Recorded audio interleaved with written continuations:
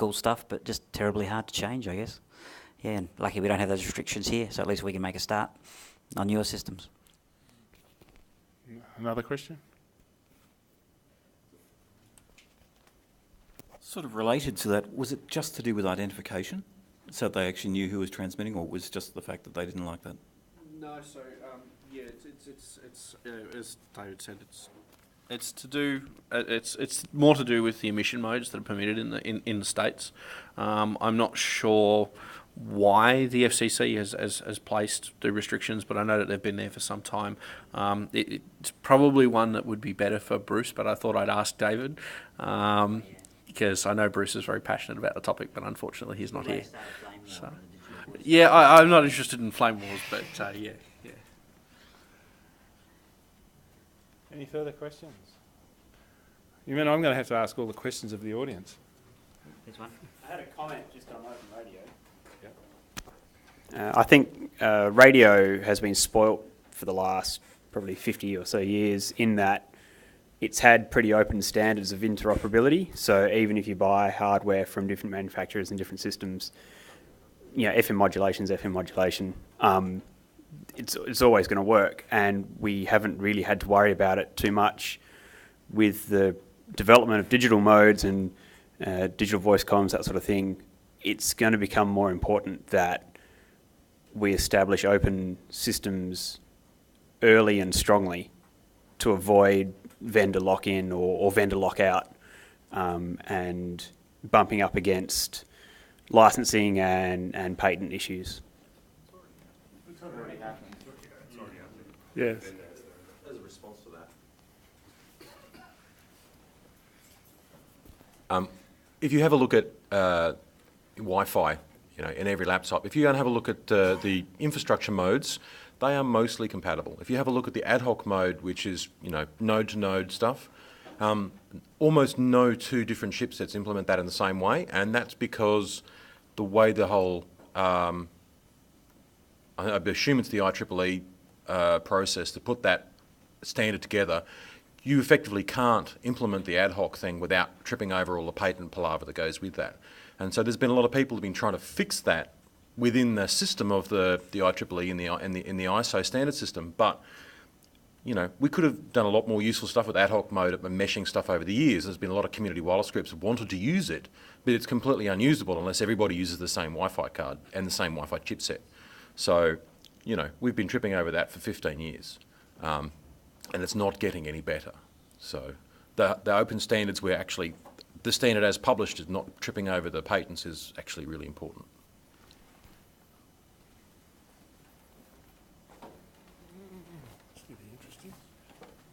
Sorry.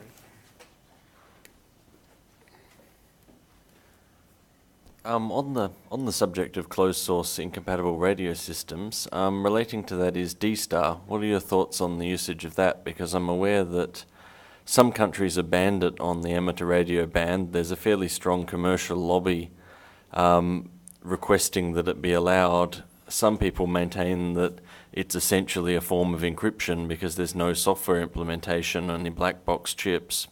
What are your thoughts about the usage of that? I'll start off with a comment. I haven't bought that sort of rig. To put it in context, I had a fire, lost all my radio gears, had some monies available to buy gear, and I deliberately didn't buy something with that sort of closed technology in there. I think it's a threat. It's not a. It's not.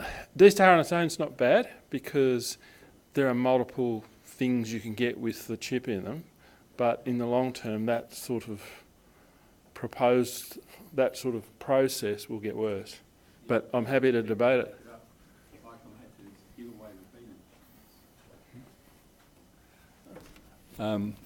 With D-Star, to actually get people to take up the technology, ICOM actually had to give away repeaters to actually get people onto the system. So I think it's virtually a dead end. Yeah, it is. It is, but there are the OpenStar initiatives, which are open source and open hardware alternatives to D-Star, even though they do use the proprietary codec. They're just waiting for David's codec to be readily available in hardware form. And that'll happen at some point. You look in Sydney, there's now several repeaters that are running APCO P25. But the only reason they're running in terms of amateur stations is all of this is ex-Olympics kit that sat in a warehouse for 10 years before it was given away to various groups. It's still proprietary, it's still closed, and it still restricts you. APCO 25 is closed. Tell me a brand other than Motorola that ships with it. Take. Oh, there you go. The one that's even more expensive. Oh, sorry. There was one that really surprised me. I saw come up recently. One of the smaller radio manufacturers are doing a P25, but it's an open defined standard. You can, and people have used new radio and other platforms to implement a P25 transceiver. So there's no reason why P25 couldn't fill the hole that D-Star is trying to. With suitable support from vendors and the community. Don't look at my employer to do that though. We're not interested.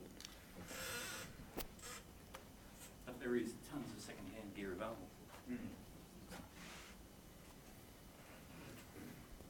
So, taking that theme of D-Star's proprietary, and there are other open source initiatives coming along in terms of the encoding, the software level. And we're looking at things like the Raspberry Pi and encoding, raw data off pins to do the RF component. Are there, other than things like the USIRP, that actually do the transmit as well? Because there's loads and loads of cheap TV dongles where you can receive on, but what stuff is out there that we could build? I want to get in there to build stuff on channels that we now have that there just isn't amateur radio kit for, like the MF and LF channels. So what's out there we can actually use to take digital stuff and then build a transmitter or receive pair on? So you could take Softrock or one of the other designs and shift that frequency. Yeah, I mean, There's a mob in the States. There's a mob in the States that have just released, or are in the process of developing. I think they were about to release, and then they changed the design, and so they're redesigning it. It's not for low frequency, but it's basically a Linux machine bolted to a 70 centimeter radio, and they're touting it as an open development platform for use within amateur radio. Now, I know it does have some proprietary codec chips in it, but you can certainly use that platform to develop digital comms on.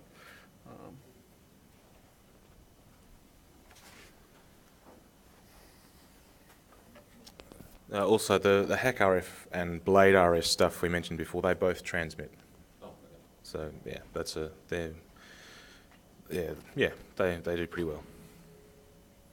yeah, the Hack RF thing, it basically is a very low power transceiver. You need two of them to do full duplex. So to produce a GSM tower equivalent or whatever, you'd need two of them. But that's the only limitation.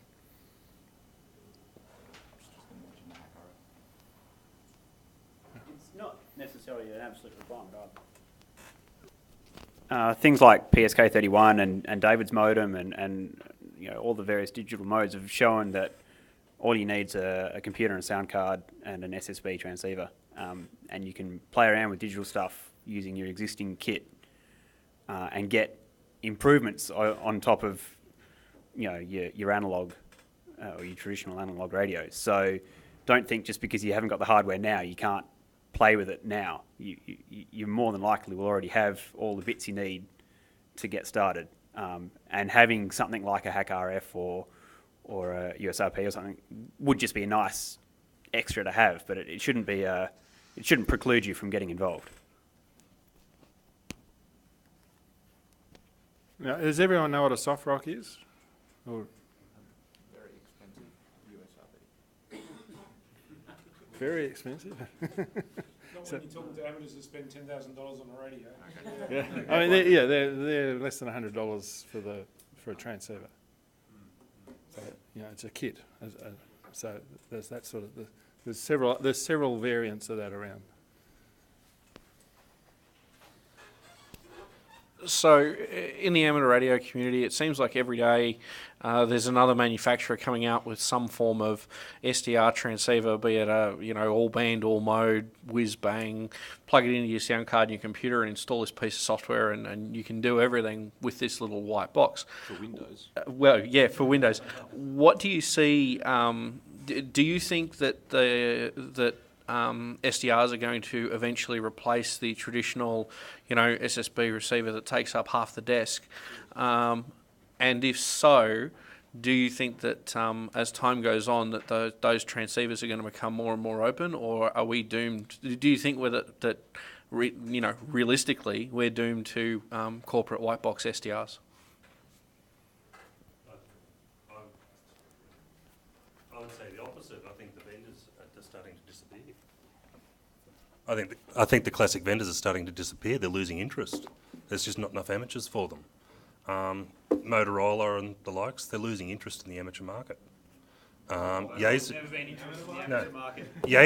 hasn't brought out a new product in nearly 10 years. They're not interested anymore, except for the really high-end kit. So I actually suspect you're going to see more modules come out from smaller companies that give amateurs the ability to just cut their own or to build their own kits. So my question is, in the future, do you think they'll be open, or do you think they'll still be closed white box solutions? So the question was, will they be open or closed? I would say it would be very much open. The hardware in an SDR is incredibly simple. I think you'll probably end up.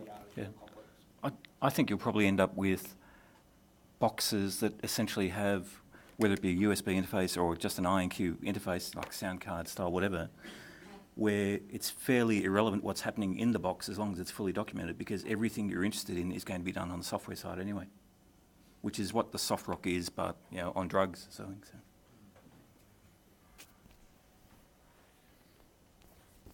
So this morning, Keith and Bedell were talking about being able to source a chip that did all of what they needed to do, and running out of supply of that particular piece of silicon because the manufacturer ceased making it, or being able to make the soft decision rather than the hard decision and getting it as a bit.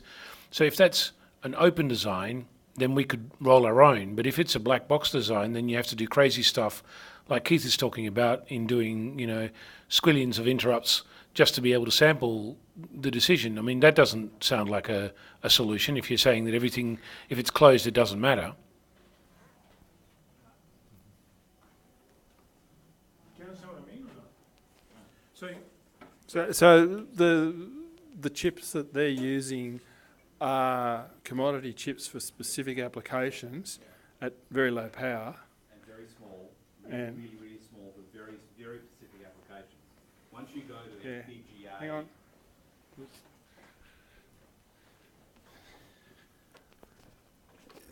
The sort of solutions he's looking at is commodity little chips that are being used in, remote controls and all these sorts of things. They're large volume chips. It's actually hard to get them if you're doing only 100 of them. When you're dealing with, they talked about, was it ROC FS or whatever it was, HF, the RF, that sort of thing, these DSP-based, FPGA-based hardware. Well, those are always available. And even if the particular chip you're using is not available, you just move to a new model. It's not a big issue. You're not dealing with trying to make it really small. You want something that does a really big job for you in your particular, this sort of very fluid world. Whereas they're looking for a very specific application for very specific design. Weight matters. And weight matters, So there, his comment, I had to go and do this and that, that was because of the chip he picked, because of his weight, because of his particular requirements. There's at least 10 chips that I thought of when I did a bit of a search that would have done everything he wanted, but one, they were more expensive, and two, they were much bigger. So, and he wasn't going to pick them because of that. Yeah, and also you've got power budgets as well. Yeah. That are there. My personal opinion on that is I think we will see things go both directions. There'll be some proprietary stuff come out that's aimed at commercial, but it'll be the same as the little Chinese handy-talkie I've got here. It'll be wideband, and they'll try and sell it into every market.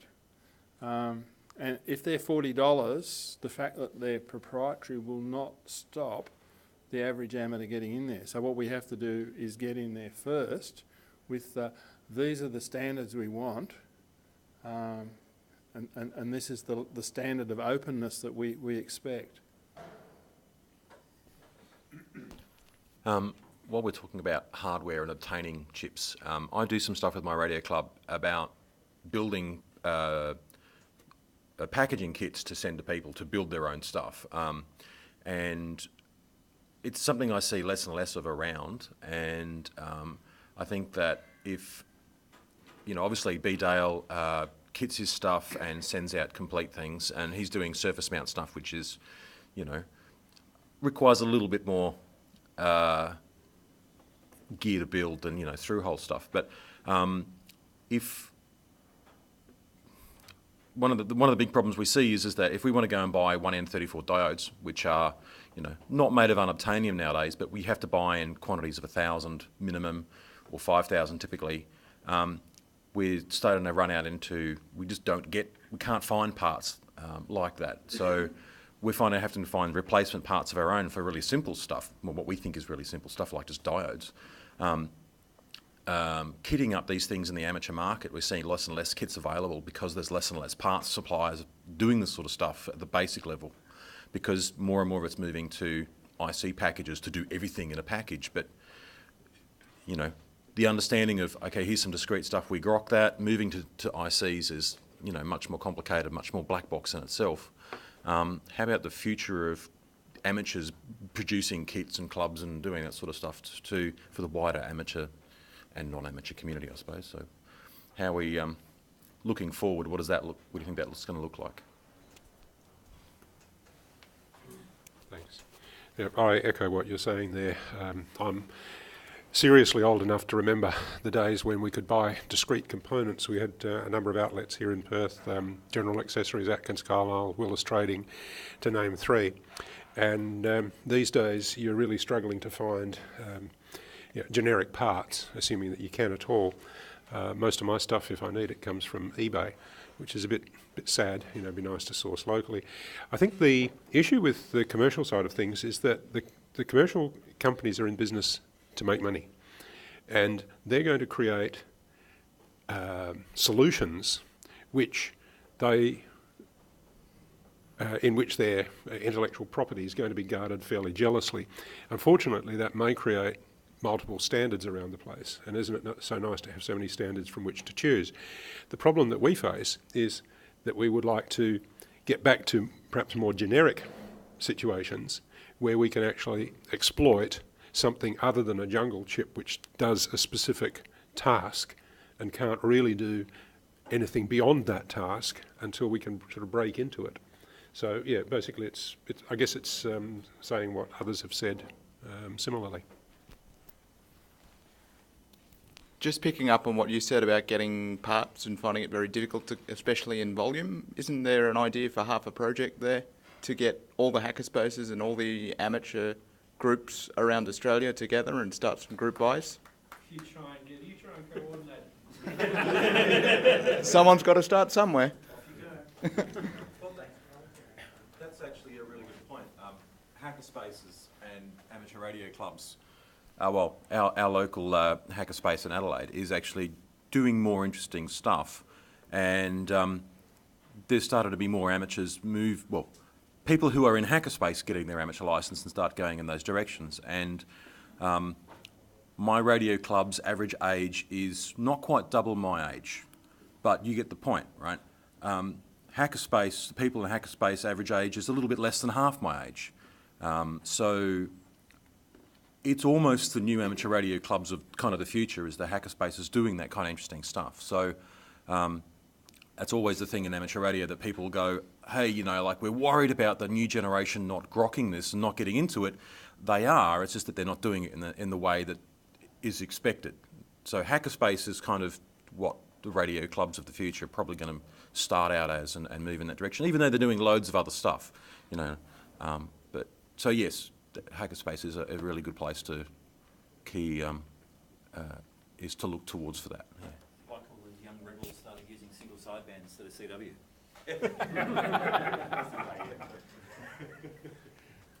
I'm not an amateur in any sense yet, but I do a bit of playing around with two-way radio modules. And the problem I found is that even though some of them you can obtain not too difficult on eBay and some of the better electronic sites, documentation is a problem. Even though they're not closed source, the documentation may run to a couple of hundred pages, but they often leave out very important little bits. And when you're trying to implement your software, you run into enormous brick walls until you find other people that have played with these chips and go, oh yeah, you've got to do so-and-so before it works. You mean like CPU vendors? That's because most of the chips are designed for mass production and to be tinkered with by engineers for commercial products in mass production. And when they're in that situation, they get vendor support for the stuff that's not in the docks.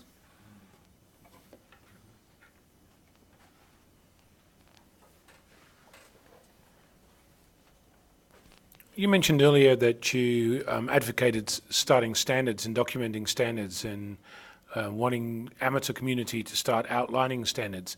Do you think the WIA has a place in that, and does the WIA currently do anything in that space? Yes and no. Yeah, the answer was yes and no. I wasn't going to say that. Yes, the WIA has that, but it'll only do what its members ask it to do. So you've all got to, if you want them to do it, you all A, have to join, and B, have to make a noise.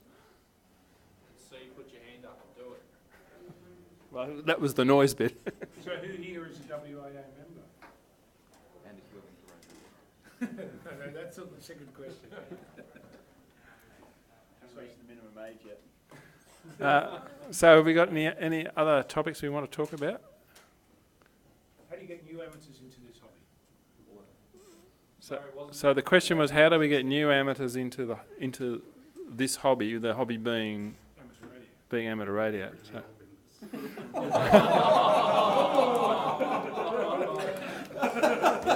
Well played, sir. Put it back in the schools.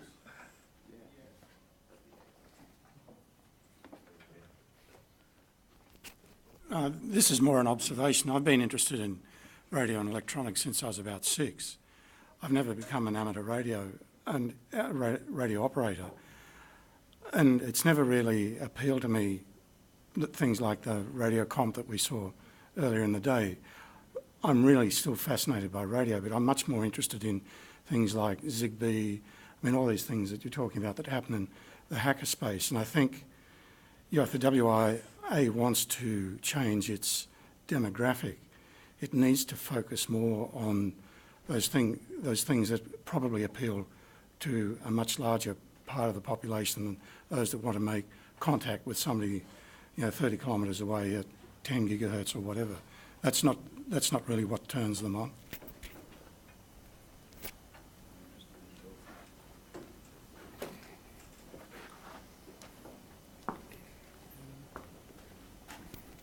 So to get more people interested in amateur radio, redefine amateur radio.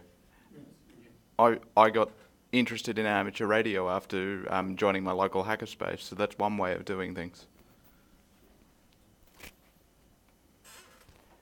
Yeah, for most of its life, amateur radio has been the means to its end. It's a self-enclosed, insular hobby where you get involved to do amateur radio stuff. Whereas if it's touching more with hackerspace and the general, the maker community and that sort of thing, amateur radio could be more of a conduit to other things. So, get your license and you can hook your Arduino up to a 100-watt transmitter and do interesting stuff that way. Or, it allows you to play in spectrum and with powers and with systems which the general public can't do because they're not licensed. And we should probably be promoting that aspect of it, that you do get extra privileges when you have an amateur license and you can do interesting things with them.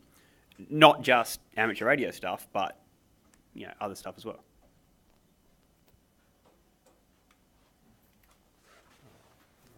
Yeah, agreed with that, Adrian.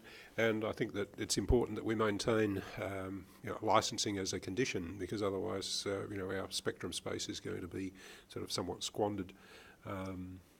So, yeah. Doing that right now. They're doing it for us. We don't have to squander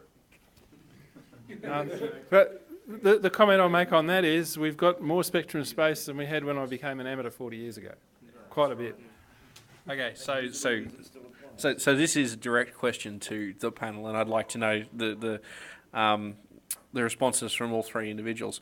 What do you think the abundance of low power, unlicensed ISM modules being made available to the public legally that can be experimented with, what do you think the impact that is having directly on the number of licensees and ham radio in general? You mean lipids? Lipids, yeah. ISM band low power devices that don't require a license. So stuff like 2.4 gig and 40 meg. 33, 50 megs, the whole... I've actually... Because if you read the lipid document, there's a table of frequencies about this long that do not require a license that anyone can use. I know quite a few people have got into ham radio through Wi-Fi, started playing with antennas, and like Kim, for example. Yeah, so it's been a way to start, and then they want to stretch it a bit further. So it's brought a lot of young blood who are IT savvy into ham radio. So you see it as an enabler rather than a... Yeah, I've never, except when I did 2.4 gig, I've never been interfered by that, except when I've been one of the unlicensed users, so fair cop, I guess. Yeah. Thanks, David. To be honest, I hadn't thought about it, but I can hear what David's saying, that it can, and yourself, can be an enabler. Is there going to be then an incentive for those who begin working with these small devices to actually progress to amateur ranks? Well, the converse, is there the incentive to get the amateur ranks in the first place when they can already experiment with these devices? I guess that's the bigger question. So the question is it going to help amateur radio, or is it going to cause us grief? I think it'll help amateur radio, potentially, if we manage it the right way, which is we've got to go and market amateur radio to those users, saying you can do so much more, and here's how to do it. Here's how to do it. Then we had someone up the back, and you. I'll go. Who was up the back? One up there? No? Yep, right up the back.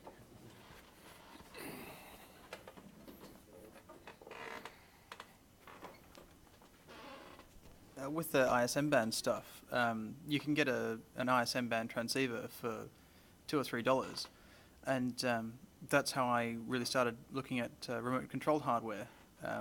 Was by getting one of these cheap little transceivers. It had almost no digital components on it at all, and I had to completely write a error correction protocol because it was so flimsy, and that really set me on my way to actually looking into radio hardware.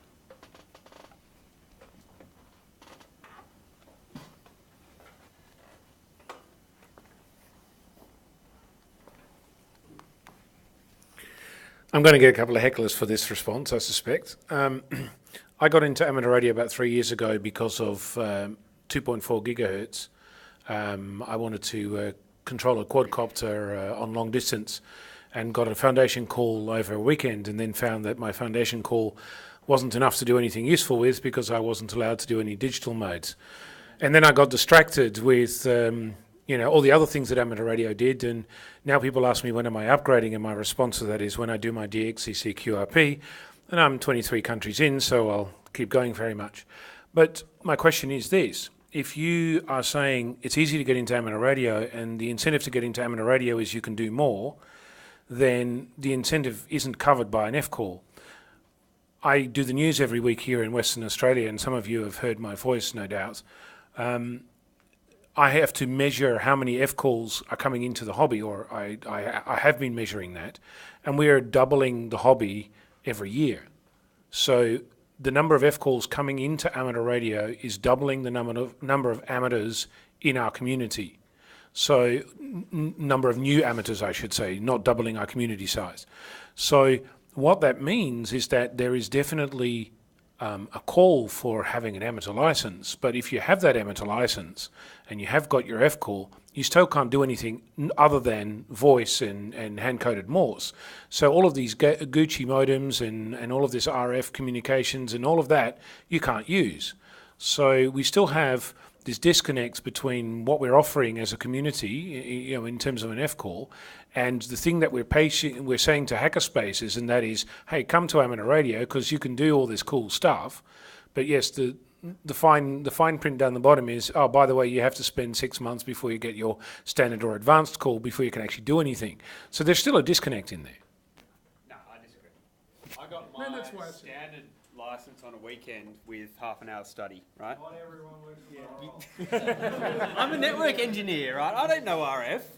You just go in and do it. It's not that hard. If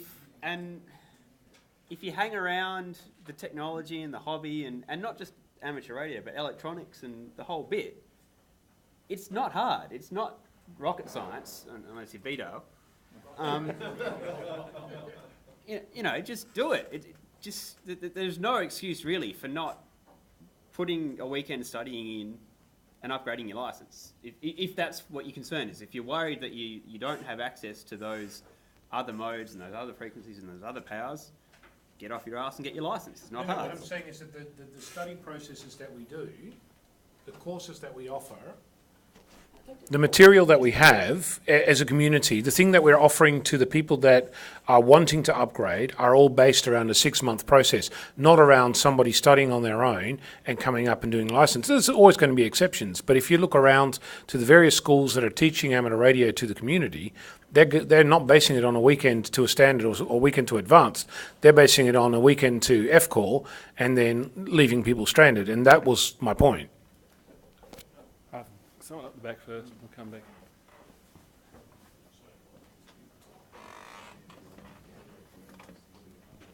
As all of the protocols in general seem to be heading towards digital and away from analog, wouldn't it be a good solution to that to lobby to get the digital modes included in the F-call? And what does anybody know what Australian body actually deals with? No, I got my F-call and haven't kept it up, but I haven't written to the ACMA.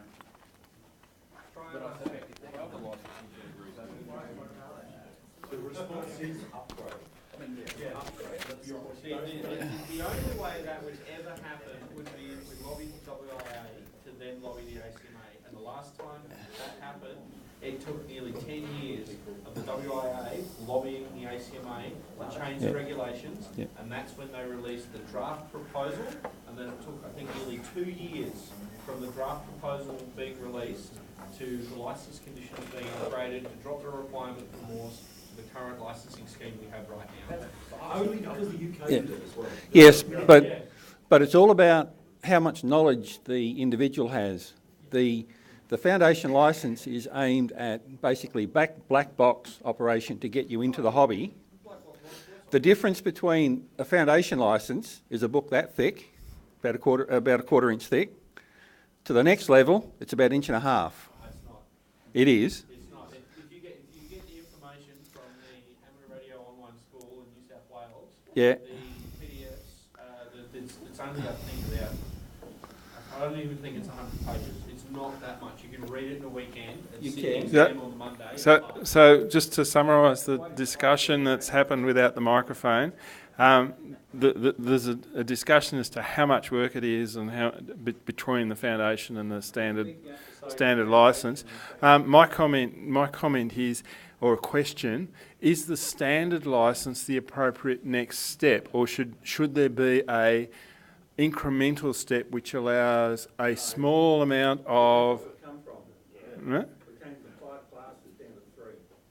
Yeah, we came from 2 originally. Did you have Morse code or not? Right. No, so the question is this, and I don't know the syllabus, so I'm asking the question very openly, is the standard class licence, is that the appropriate next step, or should there be something different that simply goes, you can do low power on these digital modes with these constraints? So, you know first. Having I got my novice license when they first came out, many, many moons ago, and then sort of went off and got my advanced and what have you. You still, to operate with those other modes and do the experimentation, unless you want to be a black box operator, which is what the Foundation license allows you to do, you still need the knowledge to limit the interference, to do all the other bits and pieces, and that's still, the standard license provides that. You must set a basis level for that technical knowledge. If you're already in the hackerspace and whatever else and you're building stuff like that, you've got a reasonable knowledge already, and the novice license, standard license really isn't a very high level. So you would probably find, you'd surprise yourself, people already playing in hackerspace and that sort of thing would probably, book the exam, sit it, and you'd find you'd pass. You know, without too much effort. You pick it up if you're already interested in playing in that area. It shouldn't be a barrier.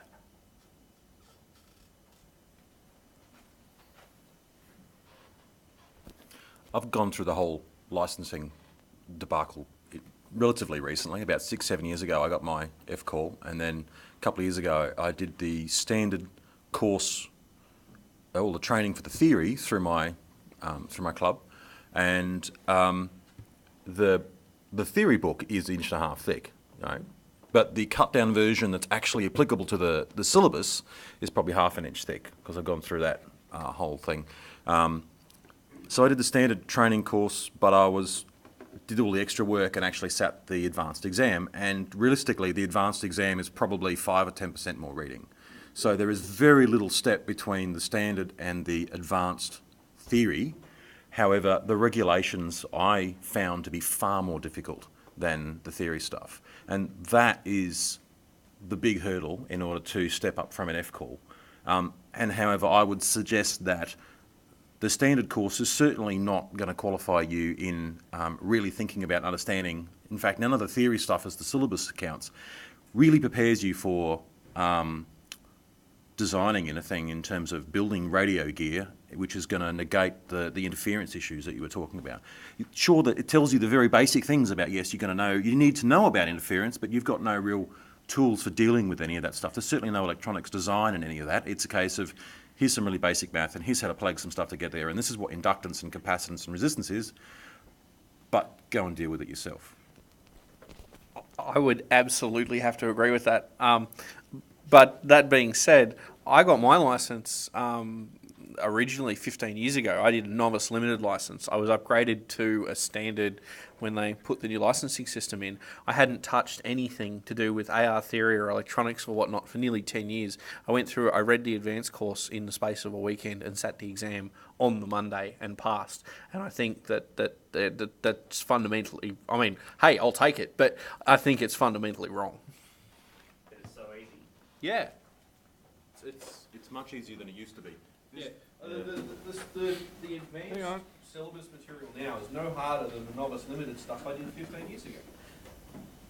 There's a difference between people who are going to want to transmit in a digital mode and people who are going to build things to transmit on a digital mode. So you may not want to put those barriers in front of everyone if they're only going to be using things rather than building them. The problem is that I've got this magic white box that takes that takes an IQ signal in and transmits at whatever power. All the interference and all the problems are going to come in the software where they're experimenting. So you're immediately saying, oh, we've got to do closed source on the software side. And that's the problem. I mean, I don't think it's a simple solution. I just think it's something we, as a community, need to debate a bit. We'll have one more question or discussion on this, then we'll move. Can we move to some other topic? Because I think we've done that to death, and I think there's probably other things that people can talk about.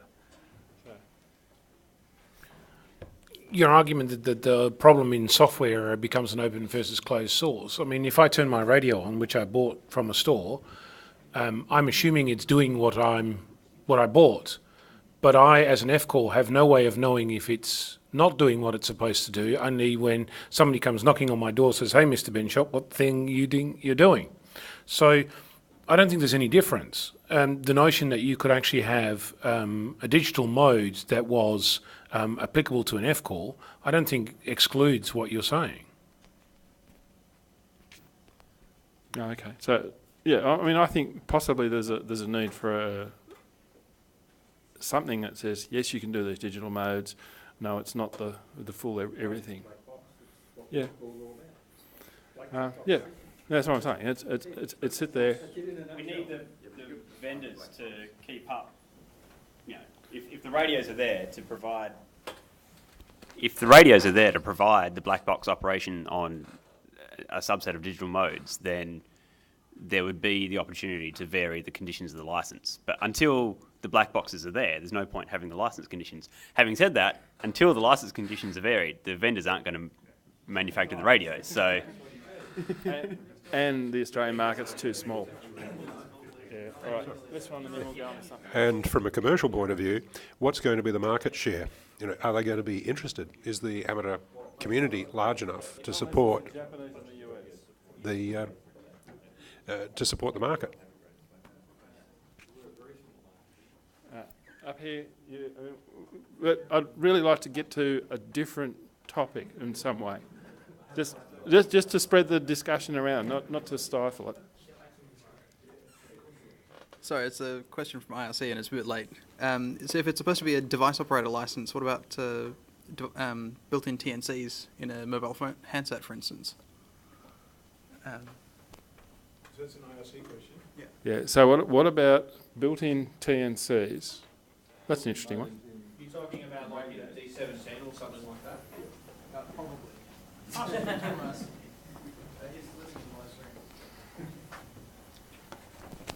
Okay, so a slightly different angle on this.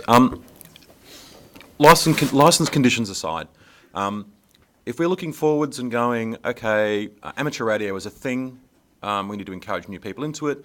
Hackerspace is an obvious kind of channel to go, hey, look, guys, let's go and do some cool projects.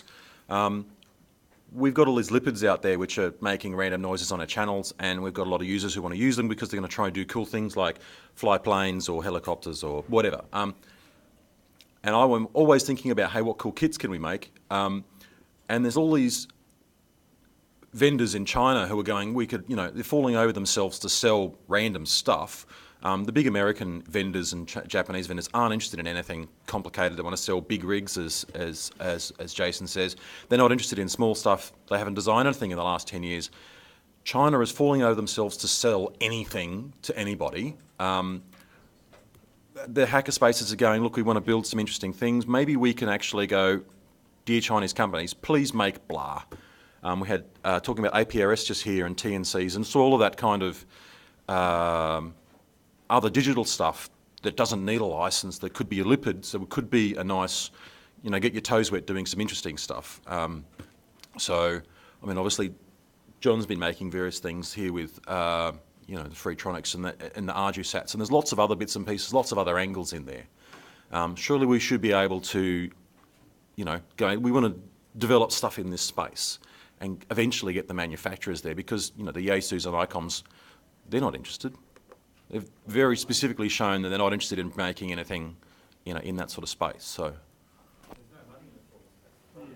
the comment from the room is there's no money in it for a vendor. Well, for big vendors. So how do we move it to the right vendors? Then you're back to the situation of convincing a whole lot of hackerspaces to work on one big project. And if anyone's got any ideas to do that, I'd love to hear them.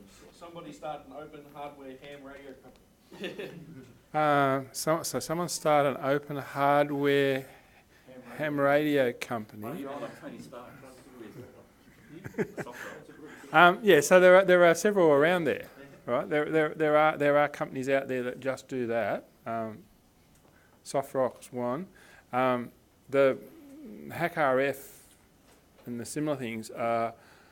You could do exactly the same thing and make it an amateur radio thing. Would we get $500,000 out of Kickstarter to do it?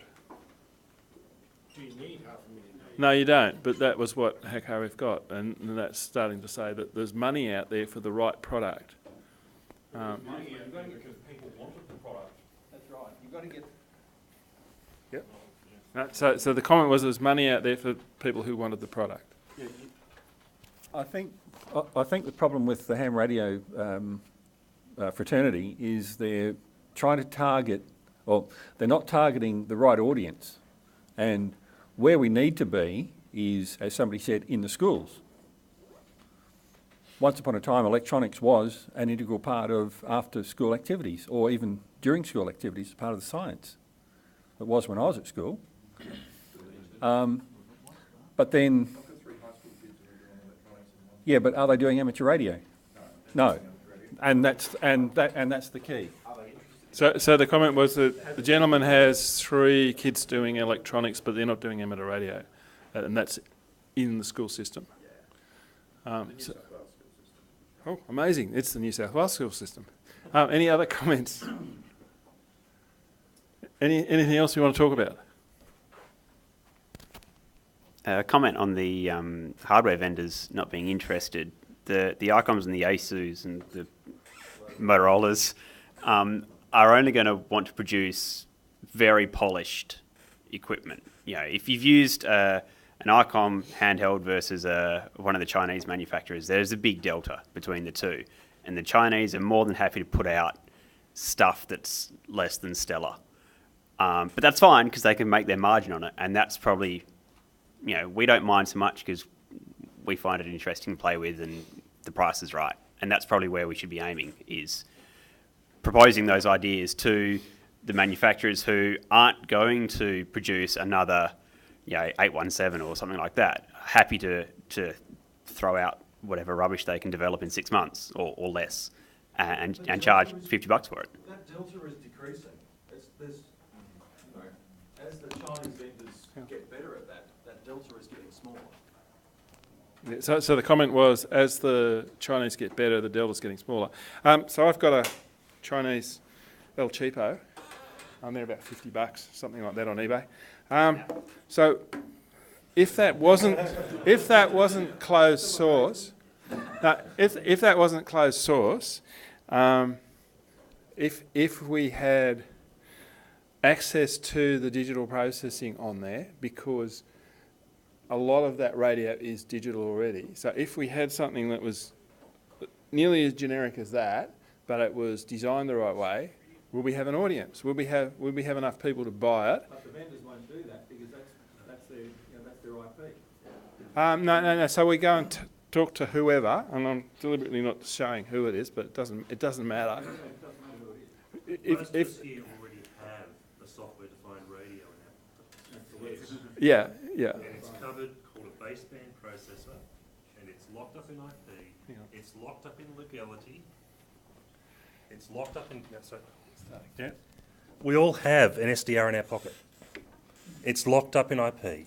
It's locked up in legalities. It's locked up in government regulations, and it's locked up in telecoms. Well, you're holding up a phone. Not everybody's going to be Correct. able to see that. Sorry, yeah, but yeah, it's an iPhone, but whatever. The baseband processor is an SDR. Yeah. So for the band that works on, and for the use purposes, that's right. It's not going to happen. But most. What I'm saying is, could we possibly persuade the manufacturers that there's a big enough? Is there a big enough market? Well, that's the question. Not in all cases, because I still own one of the original Open Mocos, full open source 3G phones. The baseband was not open on that. No, but, well, depending on how hard you Googled. Separate to the NDA and stuff. Those radios, it's interesting that you picked those because the chipset in those is really well documented. And there are a bunch of articles already about using those chipsets for APRS trackers and other things.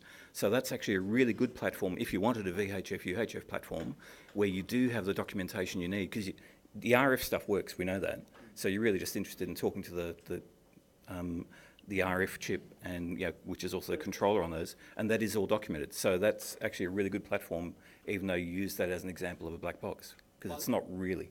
But there's a big difference between hacking a commercial product and having an open and free product to develop on. You've got to start somewhere. But if it's a good platform to start off with. Yeah. So if it's a good, the point is, if it's a good platform, Yeah. Loads of stuff out there about the Oh yeah, no, but what I'm saying is, could we persuade the manufacturers to build an open one specifically there, with probably the necessary restrictions in some way to force it so it only works in an amateur band? I think the flip side of or as a lipid. How do you then The, deal with issues like the reverse question, I think the question is better put the other way, that if a good open hardware design existed for such a thing, would a Chinese company or some other company pick it up and produce it? Right? And so, are they going to invest the R&D effort to go and design the thing and make it open? Well, that's a harder question. But if there was a pre-existing open hardware design that had a demonstrated market, would they then pick that up and competitively produce it? Right? I think there are plenty of examples to suggest that they would.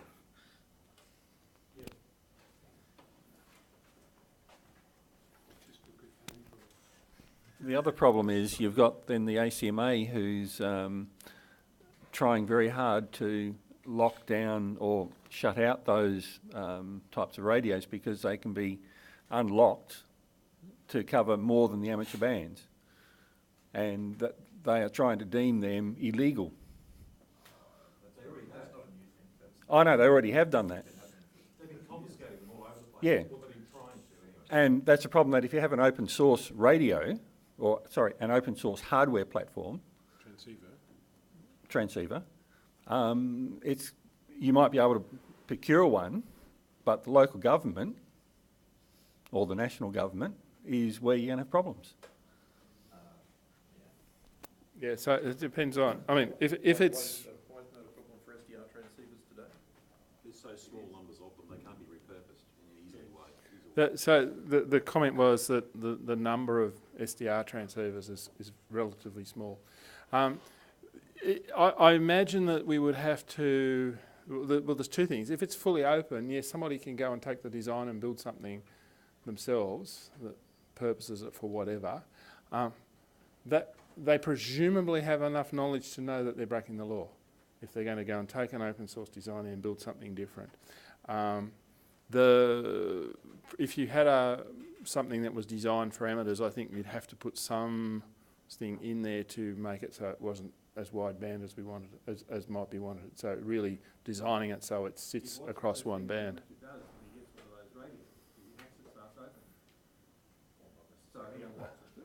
No. I didn't.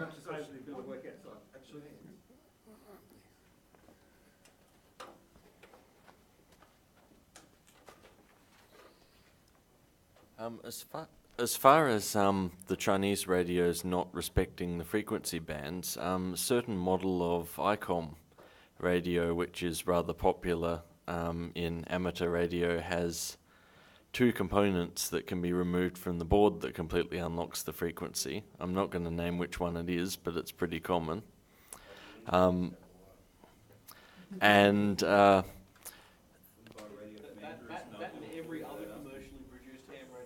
Yeah, that and a lot of others, and also any Atheros wireless card that works on 2.4 can be tuned fairly far out of band in software. So a lot of this hardware that's already around, already in incredibly common use, can do this, and it's not something that's special to the Chinese stuff. Plus, there's nothing stopping you buying a commercial radio and doing the same thing. Yeah, Except that it's illegal, and that seems to work pretty well as a prevention already. Because as amateur radio operators, we never repurpose a commercial set. Much. So, doesn't that mean that we can deal with that problem of people walking all over the wrong frequencies in the same way we've always dealt with people walking all over the wrong frequencies, by reporting them? Okay, so I have a beautiful answer to that. You have to wait. The whole problem with the really cheap broadband handhelds was discussed. My son, who's also an amateur, had a discussion after posting to VK Logger about, I think his Motorola radios, he's a mad fan on them. And the RIs in Canberra actually rang him the next day and had an extensive discussion about the whole problem of the broadband Chinese radios. And it all came about because of the intentional misuse by a couple of idiots, basically in Victoria, which made ACMA much more aware of it and wanting to try and address it. But they didn't have an answer for why is it illegal and why is your old FT101, which will allow you to transmit on 3.9 megs, not illegal. And it's never been tested in court. And so it all comes down to we're expected to do the right thing with the gear that we have, and they want to be seen to be doing stuff as well, etc. So.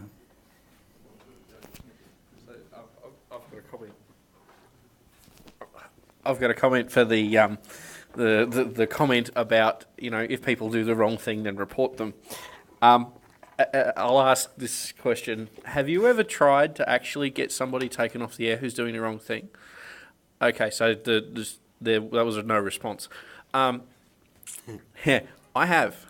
We had a individual causing problems to a club repeater a number of years ago in Victoria, and anyone here who keeps up to date with WIA broadcasts would remember about 18 months, 2 years ago, there was an individual in Victoria that had his license stripped from him, and then about 6 months later he had all of his equipment confiscated and he was prosecuted in court.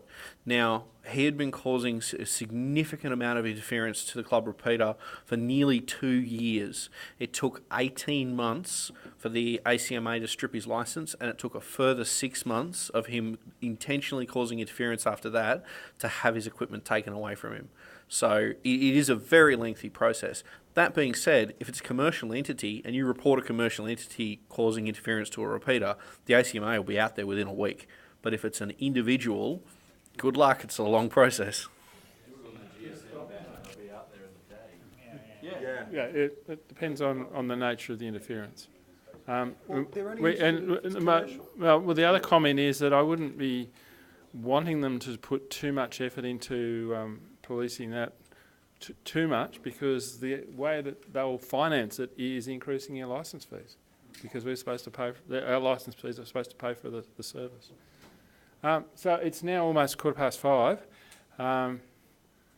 Unless there's a new topic, I'm going to call it quits, because I think we've done that one to death. So has there anyone got a new topic? Yeah, we should reintroduce Morse code as a license. Oh, that we should reintroduce Morse code. Okay, so can you get a key out tomorrow morning and demonstrate to everyone 60 word a minute keying, please? No, he can use a bug. He can use a sideways. Okay, right. I thank you all very much. I've enjoyed it. It went better than I was sort of fearing it would at some stage early this morning. I would ask you, you've all got my email address if you go looking on the chat list, or you've got that email address. Please send me feedback as to what you think we should do better next year, because I think we've got enough people come along and enough discussion that we should try to have another open radio event next year. And I'd hope that several of you here volunteer to give a presentation. Lightning talks are really good, not 90-second ones, a bit longer than that for this sort of venue. But yeah, thank you all very much. And if we turn the stuff off now, my suggestion is that if you want to have a bit of a boff now, here's an opportunity to talk about what you want to do, and then maybe people want to go somewhere and have a meal together or whatever. Or maybe some people really are going to rush off to one of the other boffs that's on. There isn't anything in this room, so you can stay as long as you want. Thank you all.